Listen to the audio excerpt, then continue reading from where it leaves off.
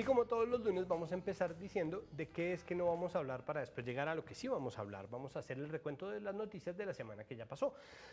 Podríamos empezar hablando sobre el más reciente video de nuestro último poeta guerrero. Por eso los invitamos ahora a estar pendientes de nuestros espacios en los sitios ya indicados. No lo olviden, nuestra constante invitación es a seguir luchando por la verdadera paz con justicia social y sin perfidia, lo cual implica salir de este tiranuelo socio del Ñeñe Hernández y su corte de pillos. Hasta pronto. Memento mori, Duque.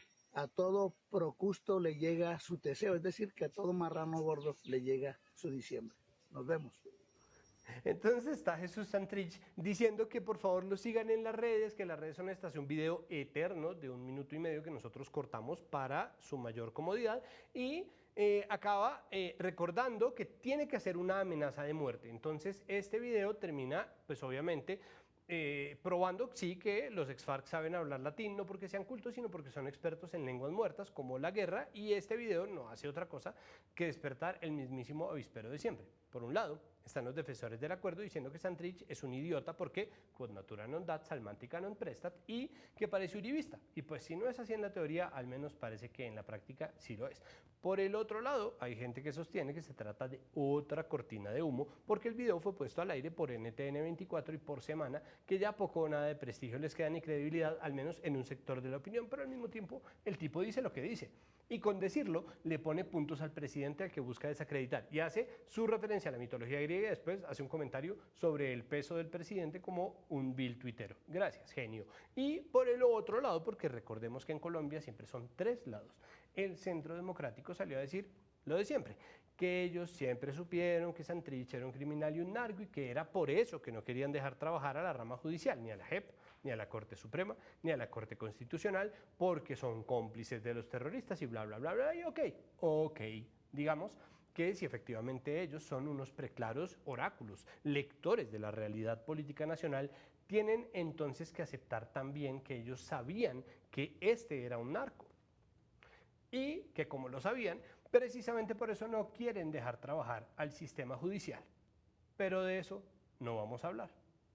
Podríamos, en cambio, hablar de Alejandro Gaviria, que en algún momento parecía que era Acercandro Gaviria porque tiene a un grupo de jóvenes entusiastas de centro pidiéndole que se lance a la presidencia. Por favor, señor rector. Y parece que el no de Gaviria es definitivo. Parece que subió un video diciendo que finalmente que no, y yo creo que ok, pero al mismo tiempo no le creo, y no tanto por él o por el tono de estos niños del simulacro de la ONU que quieren que se lance el rector de los Andes a la presidencia, sino porque las dos otras bodegas, es decir, no la de centro, sino la uribista y la petrista, están dándole palo a la candidatura hipotética de Gaviria como si ya se hubiera lanzado. Y esa sola circunstancia ya me parece tentadora, al menos para dar de qué hablar. Pero hay que tener mucho callo y seguramente Gaviria tiene mejores cosas que hacer que meterse con el otro Gaviria, César, que es un experto en decapitar candidatos presidenciales. Por otro lado, yo creo que las bodeguitas lo están haciendo mal. Si yo fuera un bodeguero, incentivaría y promovería la candidatura de Gaviria. ¿Para qué? Para que de verdad Claudia y el centro se tengan que ver en la mamera de escoger entre él y Sergio Fajardo. Como lo dice Semana. Y si lo dice Semana, pues obvio tiene que ser verdad. Aunque, pucha, ¿quién quita?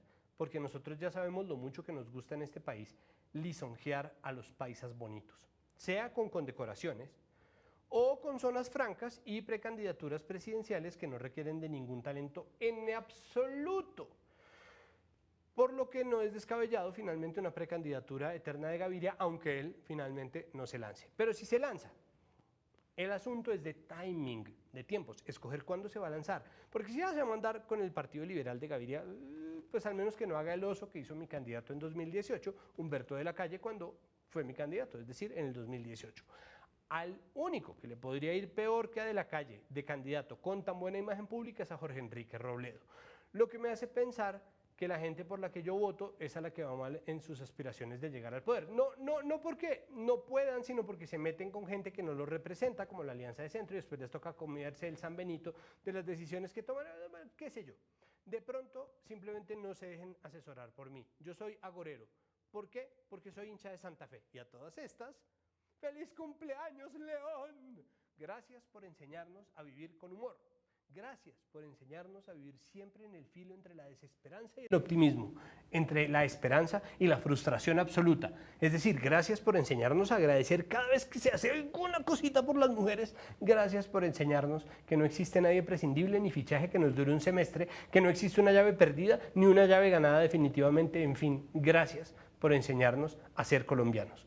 Pero de eso no vamos a hablar y podríamos en cambio hablar sobre otra precandidata presidencial con pésimo timing, Marta Lucía Ramírez, que una vez más buscará dar un salto definitivo en su carrera política, de ser la vicepresidenta de un gobierno profundamente impopular a ser quien siga los pasos de Noemí Sanín en su larga carrera hacia la irrelevancia absoluta. Francamente, solo tiene posibilidades de ganar si se lanza a consulta con Andrés Felipe Arias, que necesita cualquier excusa para pedir otro permiso de salida temporal, y con Alejandro Ordóñez, que no sabe qué hacer de su vida básicamente desde el Concilio Vaticano II, así que mucha suerte con eso, pero fe sí se tiene, no en vano. Es decir, ¿cuándo han visto ustedes que un conservador renuncia a un puesto en un gobierno? Se tiene fe, pero ya que hablamos de nuestra viceprecandidata eterna, podríamos hablar de esta foto. Porque en esta foto todo está mal. Y no es lo de la cartera lo que está peor. Lo peor es que no se ponga el berraco tapabocas. Marta Lucía, ponte el tapabocas. Es que hasta Duque lo dice. ¿Por qué tomaste la acción de menor prevención? Y ya que dijimos esto, hombre, haz el favor de cargar tu propia cartera. ¿Qué es esa bobería de andar poniendo a otra persona a cargarte los chécheres? Al menos por aparentar que uno es autosuficiente, dueño de sí mismo, tiene que tener su cartera en la mano, o al menos esa es mi teoría. Pero si hablamos de esta foto, en realidad tendríamos que hablar también de esta nueva genialidad del senador Gustavo Bolívar, o de su posterior aclaración, o empleados, que como es habitual, desató entre la misma izquierda una ola de indignación y furia por varias cosas. Lo primero es que, como bien lo dijo la representante María José Pizarro, la gente, por mucha plata que gane, debería ser capaz de cargar sus jotos. Y la otra es que al servicio doméstico no se lo contrata para hacer cosas humillantes. No importa si es un mayordomo inglés llamado Gives o Percival o si es la empleada que Bolívar se imaginó justo antes de hacer la aclaración. No aclares que oscureces, porque este es un país sistémicamente racista, clasista y sexista. Y ya uno no sabe si es que el senador Bolívar se convirtió en eso mismo que se le achaca a Santrich, el man que se encarga de decir la bobada que luego apalanca una vez más a la derecha y la deja montada en elecciones. Si no es él, seguro es alguno de los desocupados que persiguen las respuestas a los tweets de Gustavo Bolívar y a los de Gustavo Petro para explicarnos a nosotros los brutos lo que ellos en realidad quisieron decir en una de las 1000 veces en las que los hemos tomado por ser unos machistas desconectados de la realidad, porque obvio, la mejor manera de nunca volver a cometer un error en tu puerca vida es metiéndote a la Colombia humana, que a punta de alienar a las mujeres se va a convertir en el Colombio humano. Pero de eso no vamos a hablar. Podríamos hablar en cambio de esta belleza del Alto Comisionado para la Paz. Muy especialmente quiero insistirles a los del Frente de Guerra Oriental, que están en esa frontera con Venezuela y que tanto daño hacen a Colombia por estar cometiendo delitos desde Venezuela hacia Colombia y en el propio territorio colombiano pasando hacia Venezuela. Una insistencia en que salven sus vidas, en que preserven las vidas de sus familias, como han hecho muchos ya, dando el paso a la legalidad. Entonces, yo sé que estamos tan acostumbrados a ver este tipo de cosas que a nosotros de pronto no nos parece a primera vista que haya nada grave, pero lo que está diciendo Miguel Ceballos es realmente muy grave. Porque es que el comisionado para la paz es el encargado de proveer las condiciones para el desarme. Y el alto comisionado de paz, ¿qué hace diciendo preserven las vidas de sus familias? Porque las familias de los combatientes, lo crean o no, son población protegida por el derecho internacional humanitario. Miguel Ceballos no tiene nada que hacer diciéndole a nadie que preserve la vida de su familia, porque eso ni siquiera lo puede ser un militar. Nadie puede propiciar el desarme invitando a nadie a salvar la vida de su familia. Y ya que estamos en estas, Miguel, o para hablar en duquista, yo soy un gomerto, yo hablo gomelo fluido, entonces, cebollitos, viejo, ¿no sería más efectivo como estrategia de desarme sostenible, no sé, tal vez un proceso de paz con el ELN? Digo, como para que cumplas con tu labor, porque de lo contrario vas a seguir siendo el alto comisionado para la guerra, pero igual, No te preocupes, Ceballitos, que no vamos a hablar de eso. Y en cambio, podríamos hablar de la novela con más spoilers en la historia reciente del país, el proceso contra Álvaro Uribe, en donde esperan que Gabriel Jaimes precluya el caso, porque se ha citado por tercera vez a Juan Guillermo Monsalve, por lo que su apoderado, el abogado Miguel Ángel del Río Malo, dijo que no se presentará y acusa a la fiscalía de Turururu Barbosa. El fiscal Barbosa es el mejor de la historia y es el jefe de Jaimes, pero él mismo no tiene jefe porque es un berraco y es Barbosa, de acosar judicialmente a Monsalve, que ya rindió testimonio previamente frente a la Corte Suprema, la misma que había desestimado unas SIM cards como evidencia y que ahora son evidencia estimada como evidencia por la Fiscalía, por lo cual están lanzando ya a decir que aceptémoslo, que van a precluir el caso contra Uribe, sea lo que sea, nos vamos a enterar el 6 de marzo a más tardar, es decir, no vamos a hablar de eso. Y tampoco vamos a hablar aún del proceso que le está montando la Fiscalía a Iván Cepeda por unas supuestas reuniones ilegales o no autorizadas que tuvo en Gavino, lo que desató una ola de críticas y el hashtag La Fiscalía es uribista, que para nadie es una sorpresa, ni para los uribistas ni para Barbosa, que, como ya lo he dicho antes, no es sino que alguien se la pase diciendo que no tiene jefe y que nadie lo manda para que todos sepamos quién es el patrón ahí, pero no vamos a hablar de eso.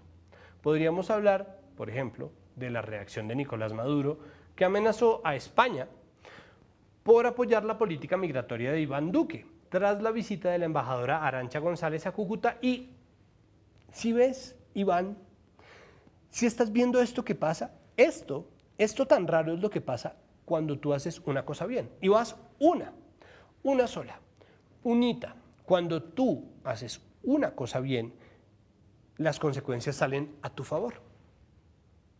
Claro, puede que sigas empeñándote en hacer el resto de cosas mal y seguir siendo el meme que ya eres. Pero lo tienes claro, ya lo tienes claro, y por eso yo te invito a que huyas.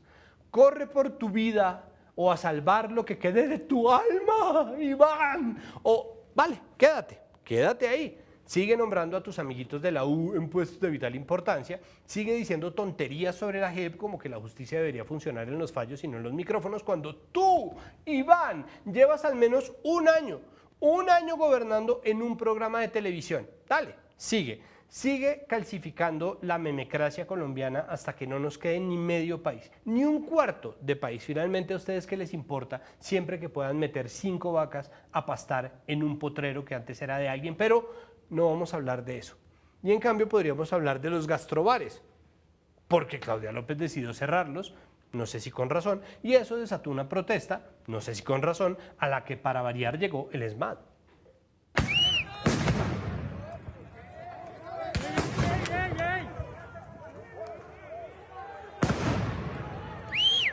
Bueno, no vamos a hablar de gastrobares, pero sí vamos a hablar del ESMAD.